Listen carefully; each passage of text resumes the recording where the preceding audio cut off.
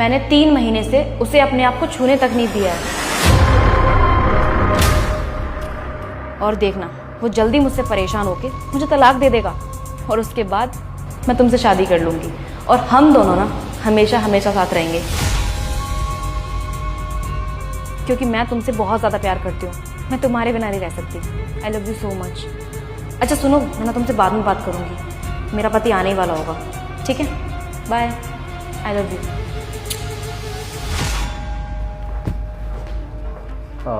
हनी, तुमने खाना बना लिया क्या?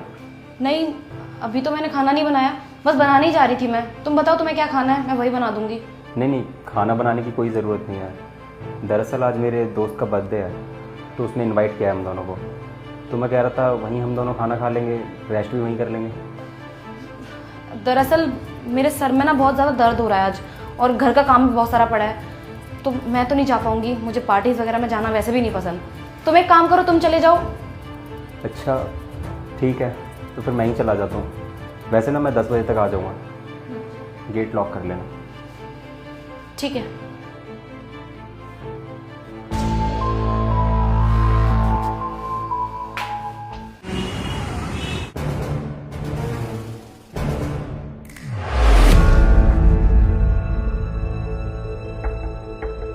तुम शराब पी कर आए हो घर में?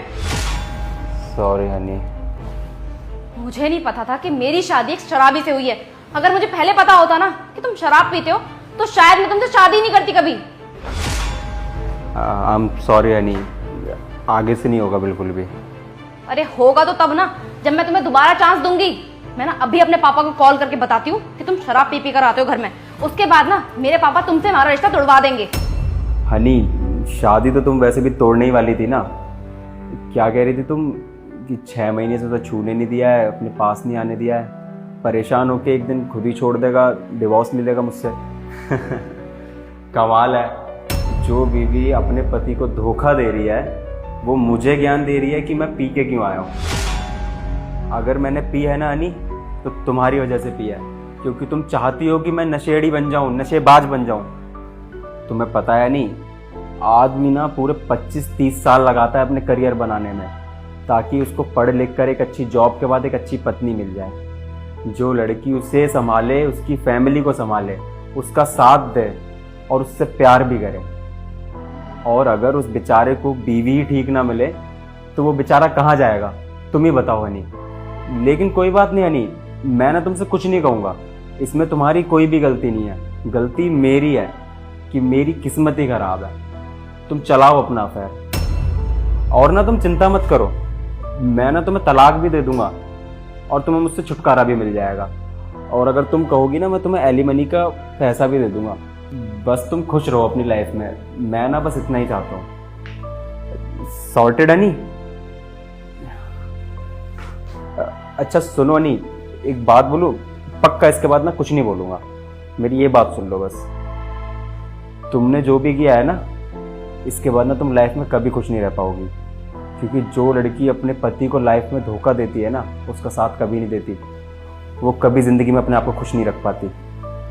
ये जो भी तुमने मेरे साथ किया है ना, एक दिन बिल्कुल ऐसा तुम्हारे साथ भी होगा, क्योंकि जो भी इंसान कभी किसी को धोखा देता है ना, वो कभी जीवन में सुखी नहीं रह पाता, और ऊपर वाला भी तुम्हें कभी खुश नहीं रखेगा।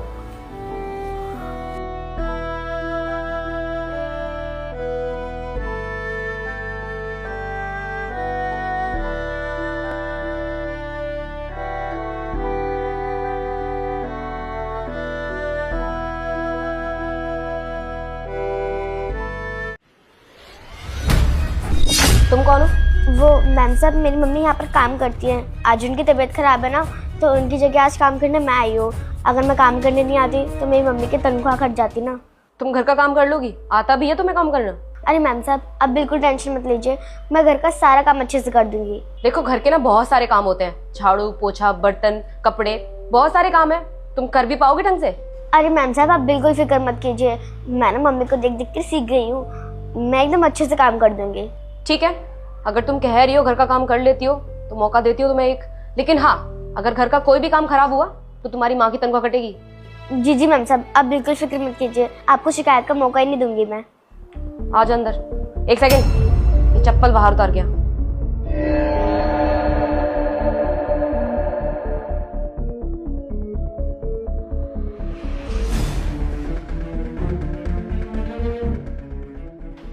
सुनो, सबसे पहले पूरी किचन साफ करनी है, उसके बाद बर्तन साफ करने हैं सारे, फिर ना तुम बालकनी साफ कर देना, और वो वाली बालकनी बल्कि पूरे घर की बालकनी साफ करनी है। उसके बाद ये जो सब्जियां रखी है ना, इनको काटना है। फिर लास्ट में ना तुम एक काम करना, बाथरूम में कुछ कपड़े रखे हैं वो साफ कर देना, ठीक है? जल्दी खत्म करो ये सारा काम, फिर और बताती हूँ। तब तक मैं ना कमरे में आराम कर रही हूँ। जी मैम साहब।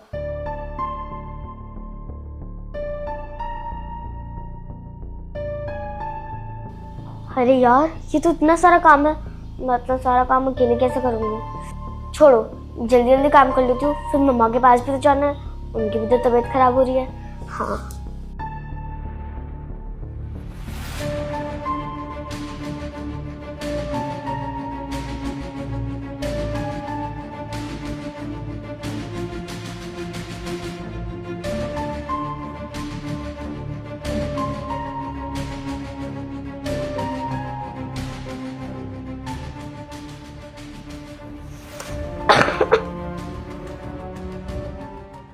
आधा घंटा हो चुका है ऐसे काम करते करते। जाके देखो तो सही काम कैसे कर रही है।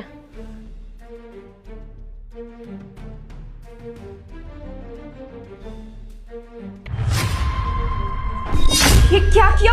मेरा इतना महंगा क्रॉकरी सेट किसने तोड़ा? ए लड़की, इधर आ। ये क्या किया? तुझे पता है कितना महंगा ग्लास था ये? इसकी भरपाई कौन करेगा? तू करेगी या फिर तेरा बाप करेगा?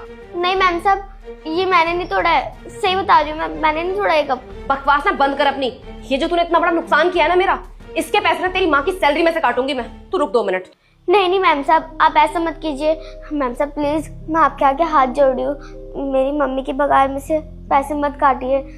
मेरी मम्मी की वैसे ही बहुत ज़्यादा तबीयत खराब है, अगर आप पैसे काट लोगी तो मेरी मम्मी की दवाइयाँ भी नहीं आ पाएंगी। मैम साहब प्लीज, मैं आपके आगे हाथ जोड़ रही हूँ। मुझे लगता है तू ना ऐसे नहीं मानेगी। तेरी माँ को भी पता चलना चाहिए कि उनकी बेटी यहाँ पे दूसरों के घर में आके क्या क्या कर रही है, नुकसान कर रही है हमारा।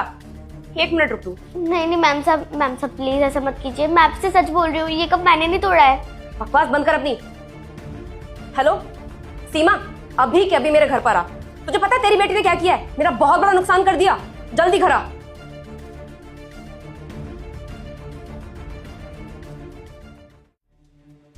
क्या हुआ मेम साहब? क्या किया हमारी बच्ची ने? क्या किया तेरी बेटी ने? अगर तेरी बेटी को काम नहीं आता है तो दूसरों के घर में भेज क्यों देती है? ये देख कितना बड़ा नुकसान कर दिया इसने मेरा।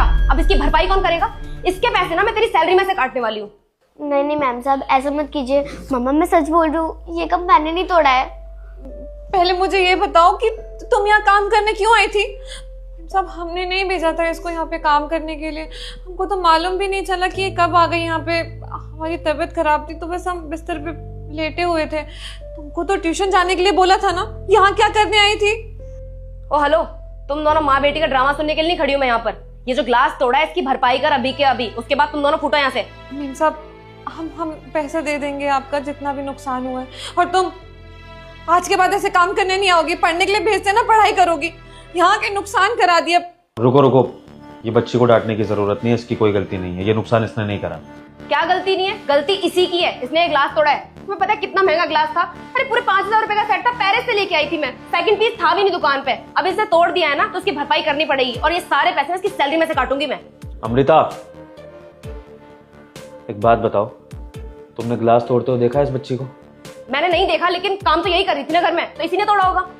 ये ग्लास इसने नहीं, ये ग्लास मैंने तोड़ा है। सच में विभोर, ये ग्लास तुमसे टूटा है? हाँ, जब तुम अंदर कहीं होंगी तो मैं यहाँ घर पर आ गया था, फिर मैंने पानी वानी पिया और गलती से मुझसे ये ग्लास गिर गया। उसके बाद मेरी एक अर्जेंट कॉल आ गई थी तो वो कॉल अटेंड करने के लिए मैं बाहर चला गया। अब गलती मेरी है कि मुझे ये कांच का सारा जो भी कचरा था ये मुझे समेटना चाहिए था, लेकिन मैंने समेटा नहीं, अर्जेंट कॉल के चक्कर में बाहर चला गया, और इतने में तुम्हें लगा कि ये कांच इस लड़की ने तोड़ दिया। क्यों अमृता, क्यों तुम्हें ऐसा लगा? क्योंकि ये गरीब है, एक काम वाली की लड़की है, इसलिए तुम्हें लगा कि ये गलती भी इसने करी होगी, और तुमने बिना सोचे समझे बिना प्रूफ के इसको सुनाना शुरू कर दिया। ना सिर्फ इस छोटी सी बच्ची को सुनाया, बल्कि तुमने इसकी माँ को भी सुनाया बुलाकर, जो बेचारी बीमारी की हालत में यहाँ पर आई है। ये गलत है ना अमृता, ऐसा नहीं करना चाहिए। तुम सोचो, वो बेचारी छोटी बच्ची पढ़ाई भी कर रही है, अपनी मम्मी का काम भी संभाल रही है, और तुमने उसको इतना कुछ सुना दिया, औकात पे, चीजों पे, पगार काटने की बात कर रही हो। सोचो उसके दिल पर क्या बीत रही होगी। ये गलत चीज है अमृता। पहले सिचुएशन को समझ लेती, जान लेती है किसने किया है, उसके बाद डांटती तो फिर भी जायज था। और अमृता कहीं ना कहीं बच्ची है यार, बच्ची से बात करने का तरीका भी तो होना चाहिए ना। मैच्योरिटी कहाँ गई तुम्हारी? मैम साहब सुन लिया आपने, ये कप मैंने नहीं तोड़ा था, ये कप साहब ने तोड़ा था। इसलिए कहते हैं मैम साहब, डोंट जज a book by its cover. लेकिन मैम साहब, गलती भले ही किसी की भी हो, लेकिन आप बड़े लोग ना हमेशा छोटों को ही नीचा दिखाते हैं। मैम साहब, आपको पता है मैंने इंग्लिश बोलने कहाँ से सीखी? पहले मैं स्कूल जाती थी और सबसे टॉप पे रहती थी, लेकिन आप जैसे लोगों ने मुझे वहाँ पढ़ने नहीं दिया और मुझे स्कूल से निकाल दिया। लेकिन मम्मा ने मेरा ट्यूशन लगवाया कहीं ना कहीं, और जब जाकर मैंने ये इंग्लिश बोलनी सीखी है। और मैम साहब, ज़िंदगी में कोई भी कुछ भी करना चाहे ना, तो वो मेहनत और लगन से कर सकता है, वो जो भी कुछ करना चाहे। अब मम्मा, आज से आप यहाँ काम करने नहीं आओगे, आप कहीं और काम कर लेना, पर यहाँ नहीं करोगे आप काम। नहीं नहीं बेटा, ऐसी बातें मत करो। तुम्हें काम छोड़ने की जरूरत नहीं है। गलती आप लोगों की नहीं, गलती हमारी है। हमने आपसे बदतमीजी करी, आपको गलत जज किया, इसमें आपकी क्या गलती है? और आप सही कह रहे हो बेटा, दुनिया में ये ऊंच नीच का, गरीब अमीर का भेदभाव सालों से चला आ रहा है। हम औरों का तो कुछ नहीं कह सकते, लेकिन शुरुआत हम अपने घर से कर सकते हैं। आज के बाद आपके और आपकी मम्मी के साथ कभी इस तरह का भेदभाव नहीं होगा, कभी आपसे बदतमीजी नहीं करी जाएगी, और कभी आपको ये एहसास नहीं कराया जाएगा कि आप लोग नौकर हो और हम मालिक। आइंदा से आपको इस तरह से काम करने की भी ज़रूरत नहीं है। आप अपनी पढ़ाई पर ध्यान दो। सीमा, आज के बाद से तुम्हारी बच्ची की पढ़ाई की जिम्मेदारी हमारी है। इसको कभी भी कोई दिक्कत आए ना, फीस को लेकर, किताबों को लेकर, स्कूल की यूनिफॉर्म को लेकर, XYZ कोई भी दिक्कत, तुम हमें बताना, मुझे अपना भाई समझना, और जो भी प्रॉब्लम हो मुझसे शेयर करना। लेकिन अपनी बच्ची को कभी भी किसी के यहाँ काम करने मत भेजना, क्योंकि मैं चाहता हूँ कि वाकई ये बच्ची बड़े होकर तुम्हारा नाम रोशन करे, कुछ बड़ा करे। क्योंकि ये ज़रूरी नहीं है कि राजा का बेटा राजा ही बने और रंग का बेटा रंग। बेटा, मैं आपको सॉरी बोलता हूँ, प्लीज़ इन बातों को भूल जाना। आज के बाद ऐसा कभी नहीं होगा। और हाँ, आपकी मम्मी की सैलरी भी नहीं कटेगी। आपकी मम्मी जब तक चाहे तब तक रेस्ट कर सकती है। सीमा, पगार कटने की टेंशन मत लेना, जाकर आराम करो, और जब तक तुम्हें छुट्टी लेनी है लो, फिर आराम से काम करने आ जाना। ओके? धन्यवाद साहब।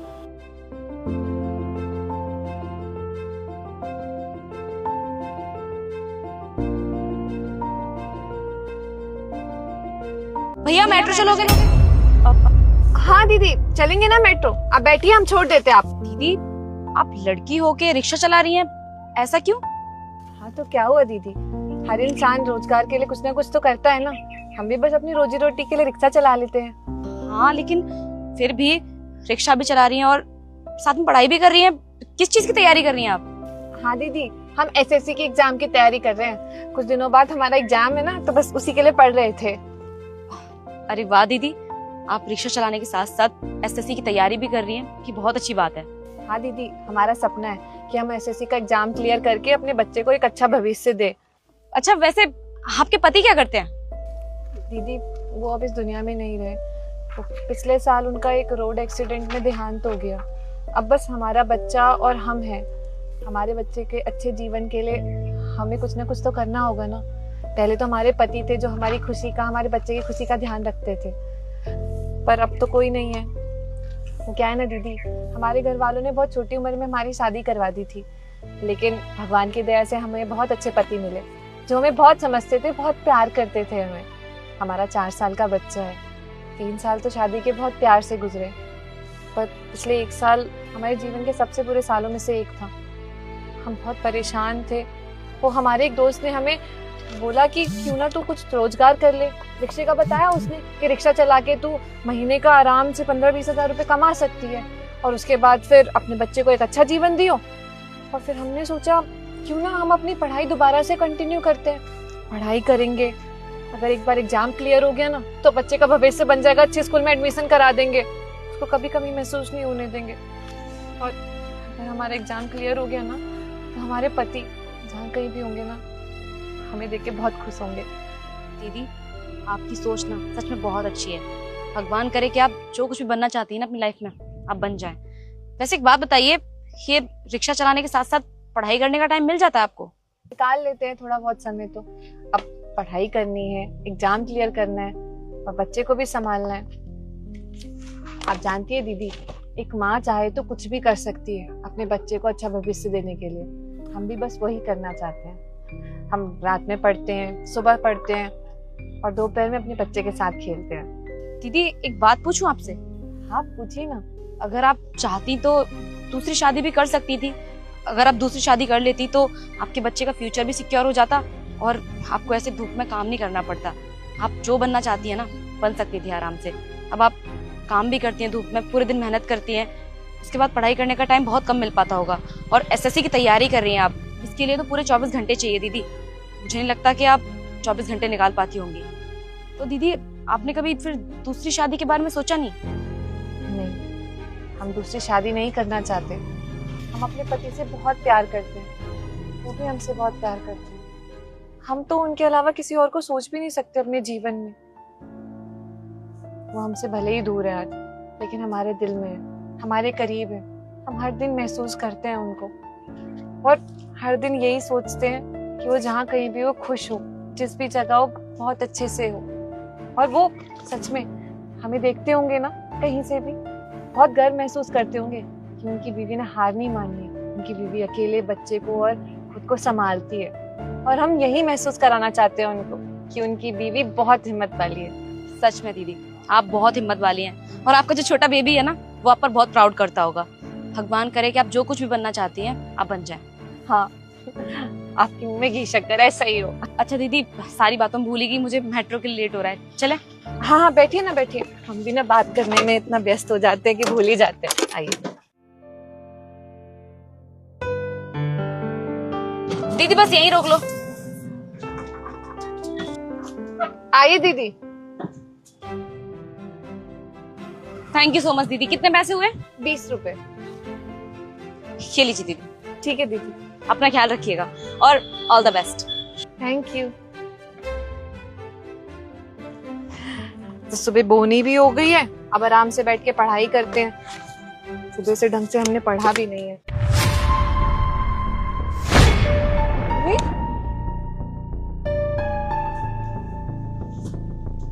ये मिठाई के डब्बे में इतने सारे पैसे, लगता है ये उन दीदी का है, क्योंकि उनके अलावा तो कोई और बैठा भी नहीं हमारे रिक्शे में सुबह से। ये कहाँ चली गई दीदी? दीदी दीदी सुनिए, दीदी सुनिए। ये अपना मिठाई का डब्बा ना हमारे रिक्शे में भूल के चली गई थी और ये देखिए ना इसमें कितने सारे पैसे भी हैं। दीदी गलतफहमी हुई आपको कोई, ये पैसे का डब्बा मेरा नहीं है, किसी और का होगा। नहीं नहीं दीदी, आपके अलावा हमारे रिक्शे में कोई सवारी बैठी नहीं। हम सुबह से खाली ही बैठे थे, पढ़ रहे थे, अचानक से आप आई। आपके अलावा हमने किसको बैठाया ही नहीं है। ये डब्बा आप ही का है, आप देखिए ना, याद कीजिए। दीदी आपको जरूर कोई मिस्टेक हुई है, मैं बोल रही हूँ ना मेरा डब्बा नहीं है। और देखिए ना इसमें इतने सारे पैसे हैं, अगर मेरे होते तो मैं मना क्यों करती।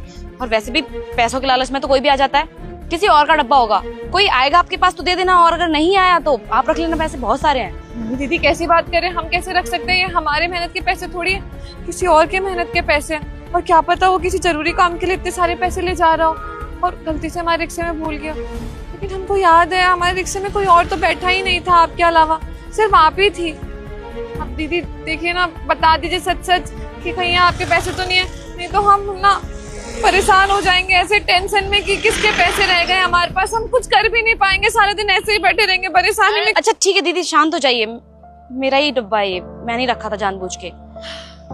आपने झूठ क्यों बोला हमसे? दीदी आप इतनी सी उम्र में कितना कुछ झेल रही हैं, आपके पति भी नहीं है और एक छोटा सा बच्चा है। आपका सपना है एसएससी की तैयारी कर रही हैं, आपको कुछ बनना है अपनी लाइफ में, और जिस तरीके से आप कर रही हैं, धूप में काम कर रही हैं 24-24 घंटे, ऐसे टाइम पे आप पढ़ाई करने का टाइम कब निकालेंगी? और पढ़ेंगी नहीं तो अपना सपना पूरा कैसे करेंगी? दीदी ये पैसे मैंने आपको इसलिए दिए हैं ताकि आप इन पैसों से ना अपना घर आराम से चलाएं और घर पे आराम से बैठ के अपनी पढ़ाई पूरी करें। अगर आप ऐसे काम करती रहेंगी ना तो कभी एसएससी का सपना पूरा नहीं कर पाएंगी अपना। और आपका छोटा बच्चा भी तो है ना, आप अपने बच्चे के बारे में सोचिए, उसका भविष्य सुधारिए ना, उसे अच्छे से स्कूल में भेजिए। दीदी आपका बहुत बहुत धन्यवाद कि आपने हमारे बारे में, हमारे बच्चे के बारे में सोचा। आप जैसे भले दिल के लोग बहुत कम मिलते हैं इस दुनिया में, लेकिन हमें माफ करना कि हम आपका दिल दुखाने वाले हैं इस पैसे को ना रख के। हम ये पैसे नहीं रख पाएंगे दीदी। हम मेहनत करके कमाना जानते हैं। क्यों कर रहे हैं हम इतनी मेहनत, क्यों कर रहे हैं हम एसएससी की तैयारी? ताकि मेहनत करें, अपना नाम खुद बनाए। हम चाहते हैं कि लोग हमारी इज्जत करें हमारी वजह से।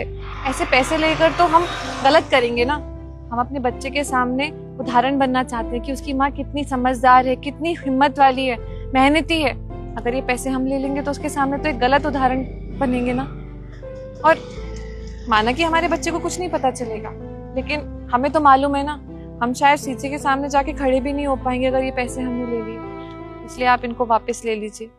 दीदी सच में आप बहुत खुददार हैं। किसी ने सही कहा है कि गरीब लोग ना चोर नहीं होते, बल्कि मेहनत के कमा के खाना जानते हैं वो लोग। और आज जीता जागता एग्जाम्पल मेरे सामने है। दीदी मैं भगवान से प्रे करूंगी कि आप जो भी बनना चाहती हैं ना अपनी लाइफ में, आप बन जाएं। और मैं चाहती हूँ कि जब आप अपनी एसएससी की तैयारी पूरी कर लेना, अफसर बन जाएं, उसके बाद आप मुझे एक मिठाई का डब्बा ला कर दें। हाँ हाँ दीदी, क्यों नहीं, हम आएंगे ना आपको मिठाई खिलाने। अच्छा दीदी, अगर आपको लाइफ में कभी भी किसी भी चीज की जरूरत हो ना, तो आप मुझे जरूर बताना। मैं यही रहती हूँ, इसी बिल्डिंग में। जी दीदी, आपने हमसे पूछ लिया, यही बहुत बड़ी बात है। आपका बहुत बहुत धन्यवाद। चलते हैं अब। ठीक है दीदी, अपना ख्याल रखना।